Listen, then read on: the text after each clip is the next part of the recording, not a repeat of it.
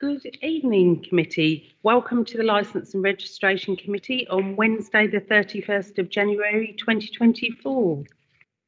We will move to our first item on the agenda, which is apologies for absence and substitutions.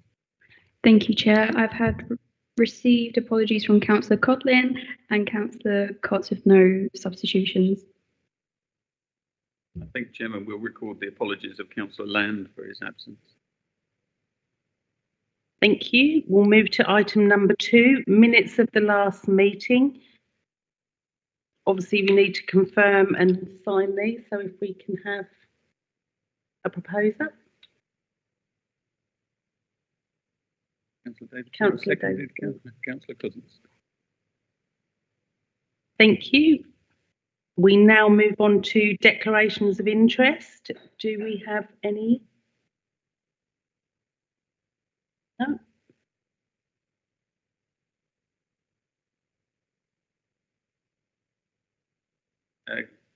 Councillor Smith, I think on the basis that you hold a taxi licence by another authority and not tendering, I don't think that will debar you from participating and voting in that item that relates to taxi licensing in this district.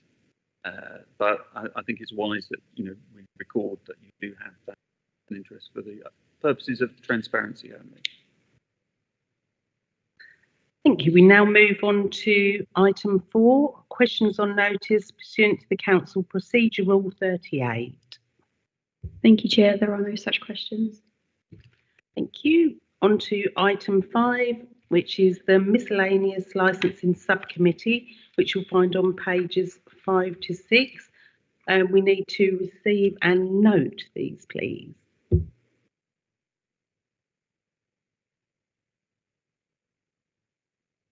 Councillor Davidson and Councillor Cousins. Thank you. We now move on to item 6, which is the Premises Personal Licences Subcommittee. If we could again have somebody to post.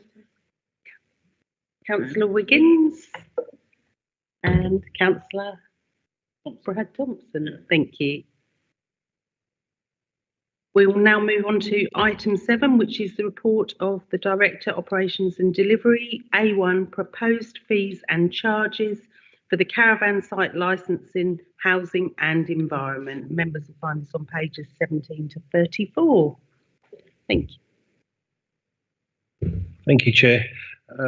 My name is Grant Fenton-Jones. I'm an Environmental Health Manager for Tendring District Council. I'm here to present the report for the proposed fees and charges for caravan site licensing for the upcoming financial year, and hope to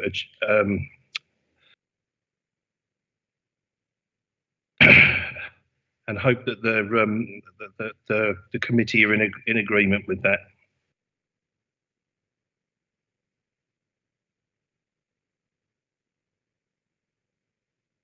Lovely. So the recommendations as set out on there, that the schedule of fees and charges for 24-25 for operations and delivery, housing and environment set out in Appendix A be agreed.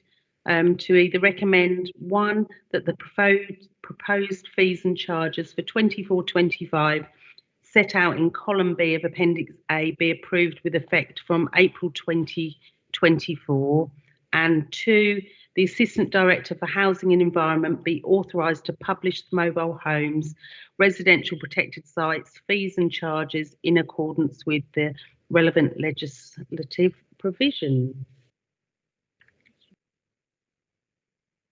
Councillor Wiggins, thank you. Thank you.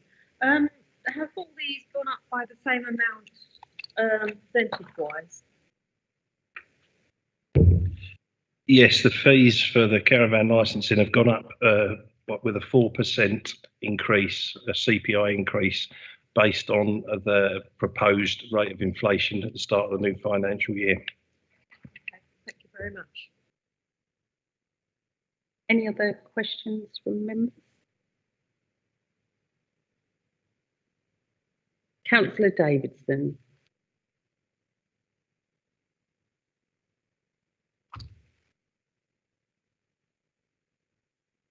Councillor Davidson has moved the recommendation.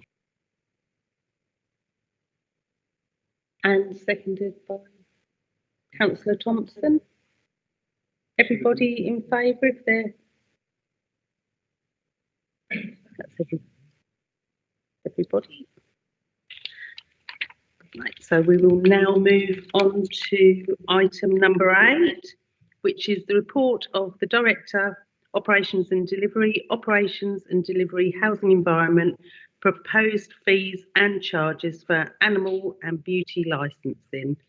And members, that's for 2024 and 2025. Obviously, you'll find this on pages 35 to 46. Thank you. Good evening again. We're here to seek the Licensing and Registration Committee's concurrence to the proposed schedule of fees and charges for the animal and beauty licensing for 2024-2025. Do members have any questions at all? Councillor Wiggins? The same question again.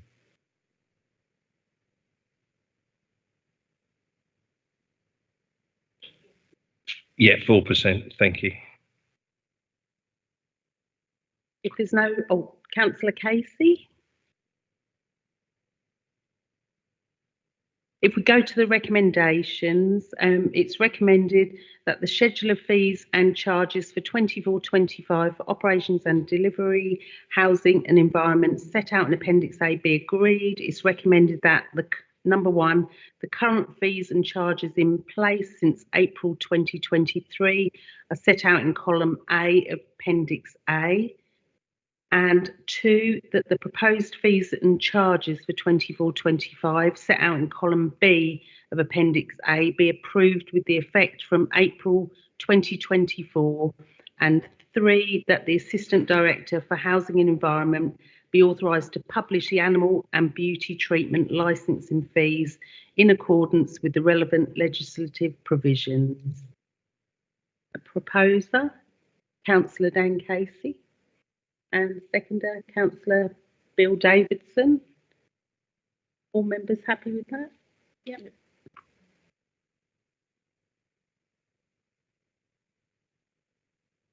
We'll now move back to item 9 on the agenda. Report of the Deputy Chief Executive, proposed licensing fees and charges for 2024 and 2025.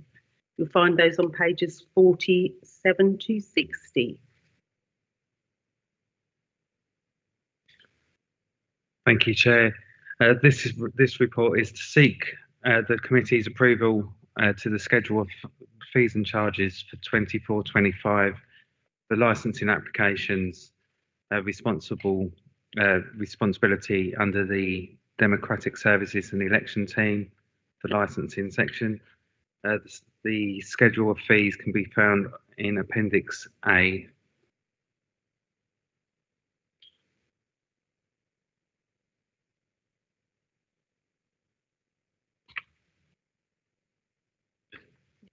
Chair, just to emphasise, a number of the fees that are presented to you are set nationally, so there is no discretion over those, and therefore it is only those ones which you are directed to as being locally set that are actually for this committee to approve.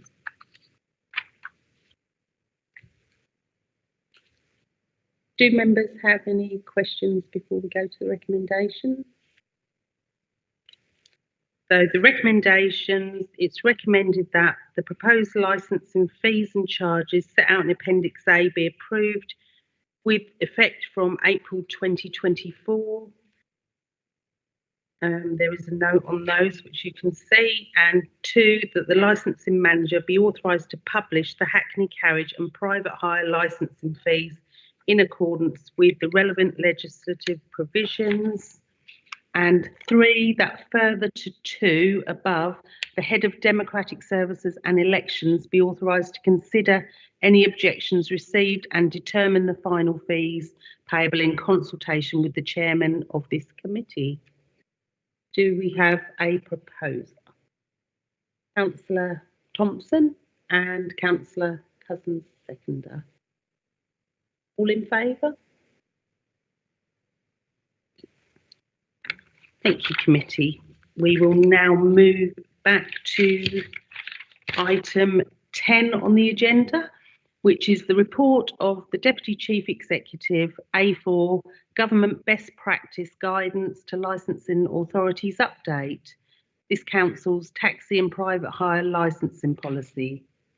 That can be found on pages 61 to 72. Thank you. Thank you, Chair. The report is before you.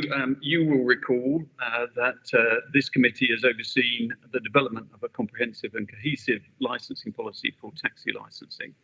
And that involved extensive elements of consultation in that you wanted to make sure that you had the right policy for the district of tendering.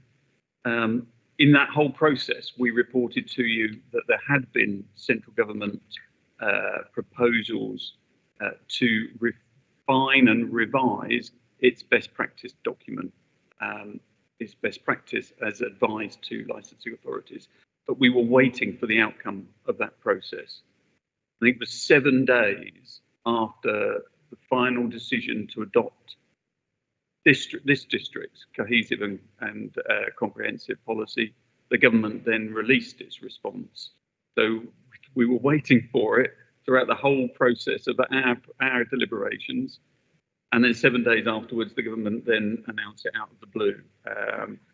So that was, we were obviously very grateful for them waiting 7 days after we'd concluded our whole process and then issuing this. It has thrown up, I think, a few points that it's right and proper and that you consider it. This is new, fresh advice guidance, and it has that status that it is central government guidance to us. So it is right and proper that you pause and just think again about your approach to the 4 areas that are specifically drawn to your attention in the report. On page 65, 66 and 67, we set out for you what the current council policy is in those 4 areas. And what we would suggest to you is the appropriate response to those 4 areas. I have to also just admit that earlier in the report, I committed a cardinal sin of saying that there were 3 areas that the government had identified that we needed to just re-examine. As with whatever the Romans have ever done for us, I then managed to stretch it to 4. But nevertheless, so routine daily vehicle condition checks is the first one, starting on page 65. And what it is proposed, rather than just saying in the policy that there should be daily checks, bearing in mind what the government has now extended by way of what the detail of those daily checks should be, the proposal in this through this report is that the daily check form that's put on page 71 should be adopted. It just effectively gives that additional detail that I think is coming from the central government best practice guidance. It's not entirely duplicated, but it does give additional guidance, additional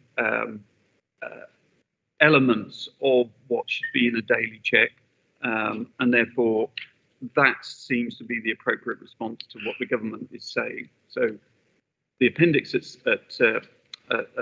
on page 71 is being suggested to you as the response to that element of the best practice update from central government. The next one is types of vehicle and age. And you will recall that during the whole process of this, we started with an age policy and were considering adapting that age policy to adopt a consistent 15-year one. The government's response, I think, just emphasises back to us again that their view is that age policies are arbitrary, that anything at 14 years and 364 days is probably no real different than 15 years and 1 day. And what we're suggesting to you, because you had moved somewhat in your policy to adopt the emission standards, to say that that's an important feature of licensing, to look at air quality and the contribution or otherwise that licence taxes make to ensuring that there is good air quality locally. The Euro 6 standard, as it currently stands for ordinary vehicles, provides that, if you like, industry standard to adopt. We've got 1 or 2 Euro 4 and certainly Euro 5 ones still in the overall fleet. What we're suggesting to you is to singularly not use the arbitrary age policy, but to adopt the Euro 6 fully and 100% in your policy, but that as a transitional measure, we allow certain, for a period of time, allow those Euro 5 ones until they've effectively come to be replaced. And then we would expect it to be replaced with a Euro 6. The equivalence, as set out in the report in relation to the 15 years, is there. So we will effectively have achieved the 15 years by adopting a transitionary measure for those that are in that Euro 5 particularly category. So that's the response to that. The third one is the review period for taxi ranks, and they're talking about a 5-year review. We had in the policy a 3-year review for taxi ranks.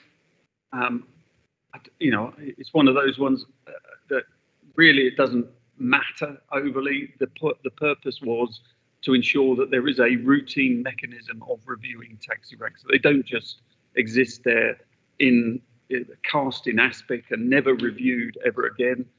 They will move as trading opportunities and where supply can be achieved. Taxis will move in that direction. And if that means that taxi ranks need to move with them, then that's what we should be sort of looking to achieve.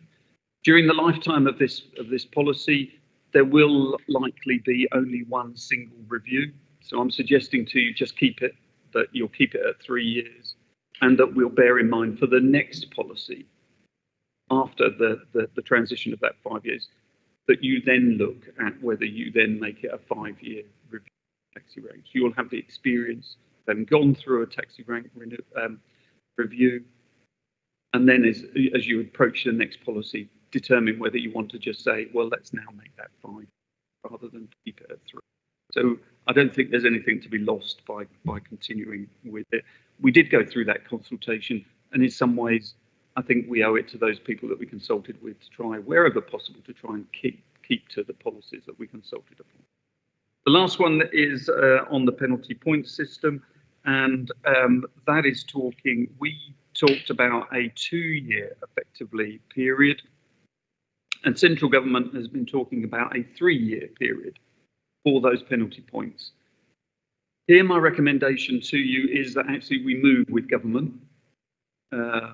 And that's because we would find it difficult, I would say nigh on impossible, to apply something in the future to year 3 if we did not apply it now. However, we did hold out as part of the consultation process that it would be 2 years. So I think the appropriate response is to say now we make it 3 years and 5 years for operators, 3 years, but that we review after 2 years. We review our position. How is this scheme operating locally? And therefore, at that stage, we have the ability to rein it back to only applying to 2 years, which I don't think we won't have the ability to extend it to 3 years. If that makes sense. We have the ability to bring it back. Once we've said it's 2 years, I don't think we can push it forward for yet one more year. So holding true to the consultation, let's review it as we approach that 2-year point, but say now it's 3 years, but with that review built into the process. That's the 4 areas of licensing. I haven't now extended to a 5th area, so I'm departing from that part of my ability to just extend it and extend it and extend it. Thank you. It's really helpful. Are there any questions at all? Councillor Thompson. Yeah, only one question, which is on the daily vehicle check sheet. Is there anything that could be done online? I know Forbes do an app that every driver logs into at the start of their shift, does their vehicle checks, because I do that on the railway. And then it does pick up if people are not doing these checks themselves. And it could ping straight back to TDC if they're missing 1 or 2, or they've missed one in that week, maybe have a word with them. But if they're constantly not checking their vehicle, especially when the residents are getting in now, do you know what I mean? There's a concern that this needs to be looked at, I would say. I think my answer to that is, I think, there's nothing to prevent, we wouldn't, but there's nothing to prevent private hire operators or those people that operate taxi circuits to develop something as part of their systems. That everybody's now using these systems to get their bookings and the such like. So I see nothing to prevent them from going, let's just have an online app and just record it, so that will make their life easier rather than holding bits of paper that the crucial thing is exactly what you've just said, is that they're undertaken and that they become a record, either electronic or in paper, that is referenceable should anything turn up that should indicate, well, it's had that bald tyre for longer than just today, because this morning you said you'd checked that vehicle, now it's got a bald tyre. How does that equate to the check that you said you did, and perhaps the check that you said you did the day before? So it does have weight, and that's the crucial thing, that the records exist, whether in electronic form. Thank you. Any more questions? Councillor Smith. Sorry, you said about the Euro 4. Oldest Euro 4 bit, and what proposal for that?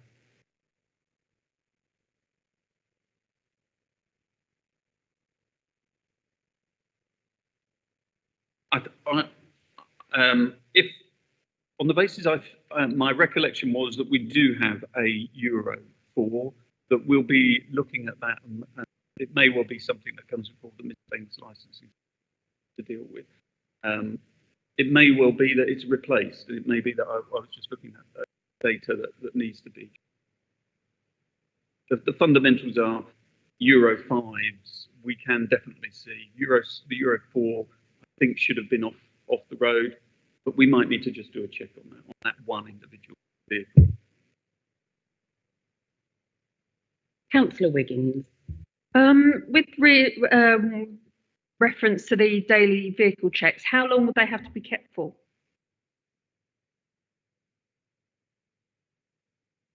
I think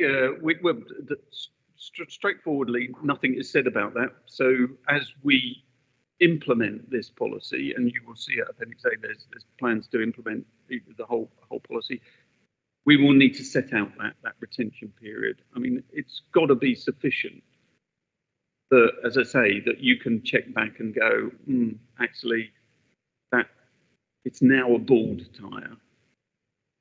When is that likely to have arisen? Have those checks genuinely be done, or is that an issue? So we'll need to just go and have a look at that, and we'll obviously bring that and notify councillors either through one of the reports, our routine reports that we give you at each time, make report it back to you in the March, so that we share that, and it's part of openness, so we will.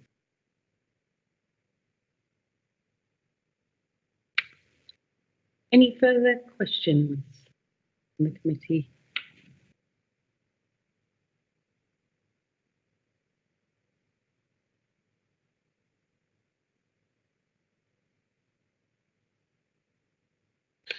So we're just looking at the recommendations. So it's recommended that the committee, we've received the report and consider the approach set out in part 3, section of this report to the following matters identified in the recently updated published government best practice, which Keith has gone through for us.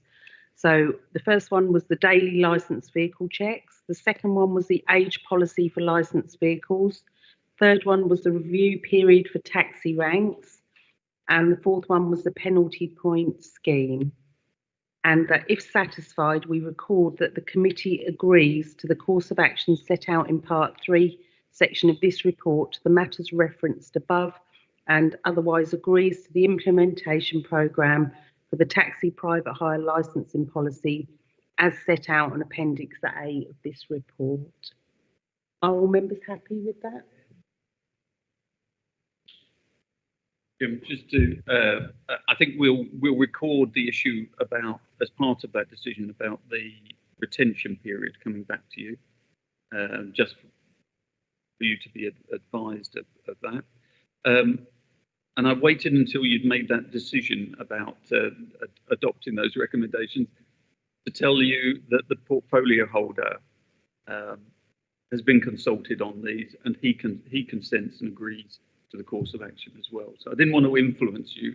We're letting you know either way, Bill, either way, whether it was to go with it or not. So, but yes, we have consulted with the portfolio holder, and he's consented to all of those. Good that we've all got the same way of thinking, hopefully. Councillor Casey?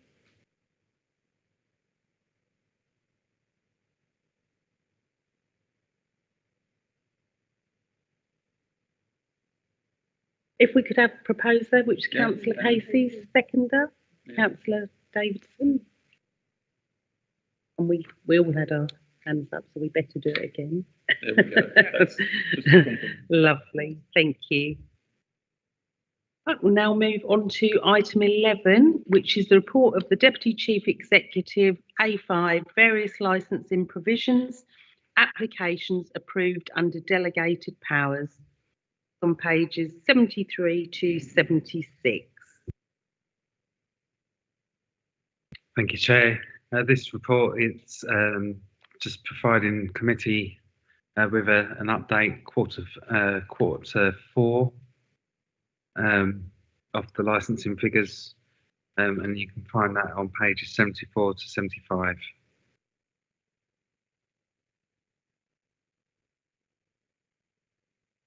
All members seen this report? I think the information is really helpful to us to just see where we are. I did note with the taxi numbers that seems to have sort of just steadied out a little bit. So it'd be nice, although we don't seem to be losing any, it would still be nice to hopefully, with some of our new things, have some more come forward.